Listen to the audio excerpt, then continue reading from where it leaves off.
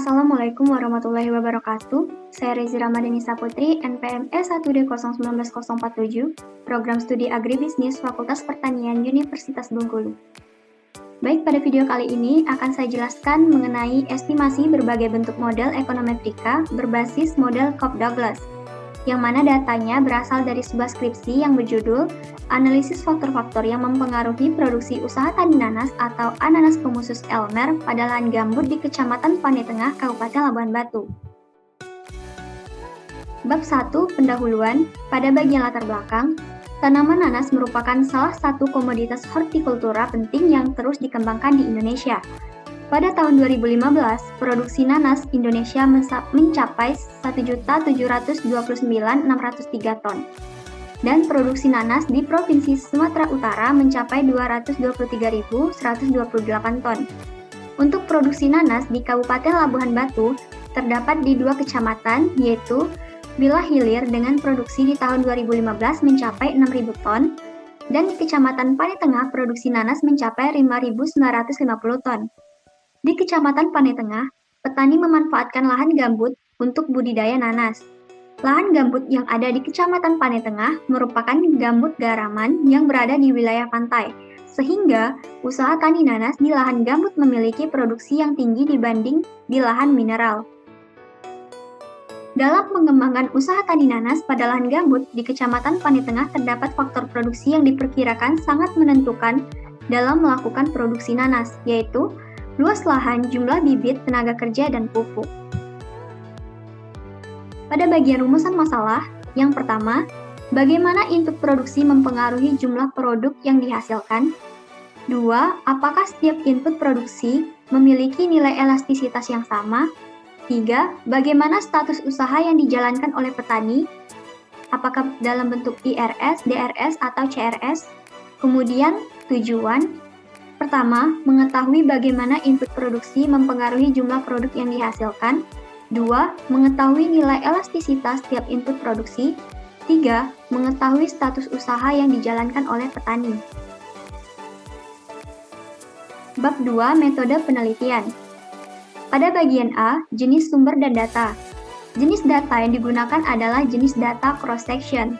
Sumber data berasal dari skripsi oleh Budi Reski Setiawan dengan judul skripsi yaitu Analisis Faktor-Faktor yang Mempengaruhi Produksi Usaha Tani Nanas atau Ananas Komusus Elmer pada lahan gambut di Kecamatan Panai Tengah, Kabupaten Labuhan Batu. Skripsinya pada tahun 2017 dan berasal dari Universitas Medan Area. Pada bagian B, yaitu spesifikasi model, dalam pengujian hipotesis pertama mengenai faktor-faktor yang mempengaruhi produksi nanas di Kecamatan Panai Tengah, Kabupaten Labuhan Batu, digunakan pendekatan analisis Cobb-Douglas. Data yang diperoleh dianalisa menggunakan Microsoft Excel dan aplikasi Shazam sebagai alat bantu untuk mengestimasi model yang digunakan. Persamaan yang didapat diubah ke dalam bentuk double logaritma natural atau learn untuk memudahkan perhitungan dan analisis. Berikut ini adalah bentuk sistematis dari persamaan tersebut, di mana learn Y sama dengan learn beta 0 plus beta 1 learn X1 plus beta 2 learn X2 plus beta 3 learn X3 plus B4 learn X4 plus U learn E, di mana keterangannya Y merupakan produksi nanas, X1 merupakan luas lahan dalam satuan hektar, X2 merupakan bibit dalam satuan batang, X3 merupakan tenaga kerja dalam satuan HOK, dan X4 merupakan pupuk dalam satuan kilogram, di mana beta 0 adalah konstanta, sedangkan beta 1 sampai beta 4 merupakan koefisien regresi variabel dari X1 sampai X4. U learn E merupakan tingkat kesalahan atau error term. Kemudian pada bagian A, uji elastisitas. Dengan hipotesis, jika H0, B1 sampai B2 sama dengan 0. H1, beta 1, sampai beta 2 tidak sama dengan 0. Jika p-value lebih kecil atau sama dengan alfa, dengan alfanya 0,05, maka tolak H0 terima H1. Jika p-value lebih besar dari alfa dengan taraf alfanya 0,05, maka terima H0 tolak H1.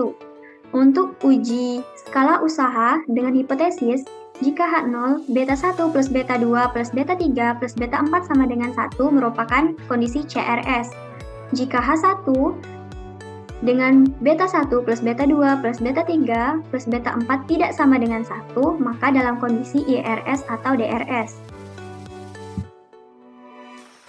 Bab 3. Hasil dan pembahasan. Untuk uji elastisitas, dengan data seperti ini, di mana hipotesisnya yaitu jika H0, beta 1, beta 2 sama dengan 0, H1, beta 2, beta 1, beta 2 tidak sama dengan 0, jika p-value lebih kecil atau sama dengan alfa, maka tolak H0 terima H1. Jika p-value lebih besar dari alfa, maka terima H0 tolak H1. Di sini dapat kita lihat nilai p-value dari variabel independen X1 yaitu 0,198 yang tentunya lebih besar daripada nilai alfa, di mana alfanya yaitu sebesar 0,05 yang berarti terima H0 dan yang berarti tidak berpengaruh. Kemudian untuk variabel X2 dengan p-value 0,029 lebih kecil dari alfa, terima H1 berpengaruh. Untuk variabel X3 yaitu variabel tenaga kerja dengan p-value 0,738 lebih besar dari alfa, terima H0 tidak berpengaruh. H4 dengan p-value 0,000 lebih kecil dari 0,05, terima H1 berpengaruh. Kemudian pada bagian B untuk uji skala usaha, dengan hipotesis H0 beta 1 plus beta 2 plus beta 3 plus beta 4 sama dengan 1 berarti dalam kondisi CRS. Jika H1, di mana beta 1 plus beta 2 plus beta 3 plus beta 4 tidak sama dengan 1, berarti dalam kondisi IRS atau DRS. Di sini, jika nilainya lebih kecil dari 1, berarti dalam kondisi DRS. Jika lebih besar dari 1, berarti dalam kondisi IRS. Hasil analisisnya, beta 1 ditambah beta 2 ditambah beta 3 ditambah beta 4 yaitu min 0,14145 plus 0,20075 plus 0,0173770 plus 0,65915 didapatkan hasilnya 0,735827. Artinya, skala usaha tani nanas berada pada posisi decreasing return to scale atau DRS, yakni kondisi di mana hasil produksi yang semakin menurun. Kemudian, pada bab 4 yaitu penutup, kesimpulan. Faktor produksi yang berpengaruh terhadap jumlah output atau hasil produksi yaitu bibit dan pupuk. Sedangkan untuk luas lahan dan tenaga kerja tidak berpengaruh terhadap jumlah output. Kedua, variabel independen yang memiliki nilai elastisitas yang sama adalah luas lahan dan tenaga kerja, dengan nilai p-value lebih besar dari alfa. 3. Petani nanas di Kecamatan Panai Tengah, Kabupaten Labuhan Batu berada pada decreasing return to scale atau DRS, sehingga jika terjadi penambahan input maka akan terjadi penurunan jumlah produksi nanas. Kemudian, pada B, saran untuk memaksimalkan atau mengoptimalkan hasil produksi nanas, sebaiknya petani nanas perlu memperhatikan penggunaan bibit dan pupuk karena akan dapat menurunkan hasil produksi nanas. Namun, petani nanas perlu mengoptimalkan penggunaan luas lahan dan tenaga kerja untuk dapat meningkatkan hasil produksi nanas. Sekian dari saya. Jika terdapat kesalahan, saya mohon maaf. Wassalamualaikum warahmatullahi wabarakatuh.